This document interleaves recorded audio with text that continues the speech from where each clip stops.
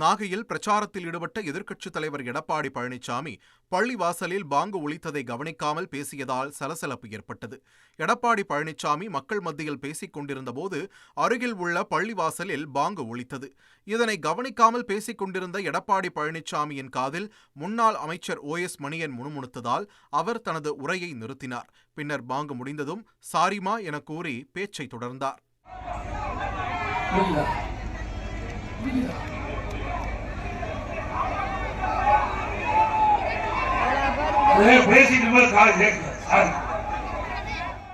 கடைமடை பகுதிக்கு தண்ணீர் வரவில்லை என விவசாயிகள் புலம்புவதை கேட்க முடிகிறது என அதிமுக பொதுச் செயலாளர் எடப்பாடி பழனிசாமி குற்றம் சாட்டியுள்ளார்.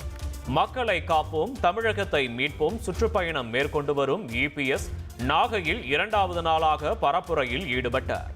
அப்போது கோதாவரி, காவிரி ஆறுகள் இணைப்பு திட்டத்தை நிறைவேற்ற அதிமுக ஆட்சியில் நடவடிக்கை எடுக்கப்பட்டது. ஆட்சி மாற்றத்தால் தற்போதும் இத்திட்டம் கிடப்பில் போடப்பட்டுள்ளது என்றார். மேலும் முதலமைச்சர் மக்களை பற்றி சிந்திக்காமல் வீட்டு மக்களை மட்டுமே சிந்தித்து அதிகாரம் வழங்கி வருவதாகவும் 2026 சட்டமன்ற தேர்தல் இவை அனைத்திற்கும் முடிவு கட்டும் என்றும் EPS தெரிவித்துள்ளார்.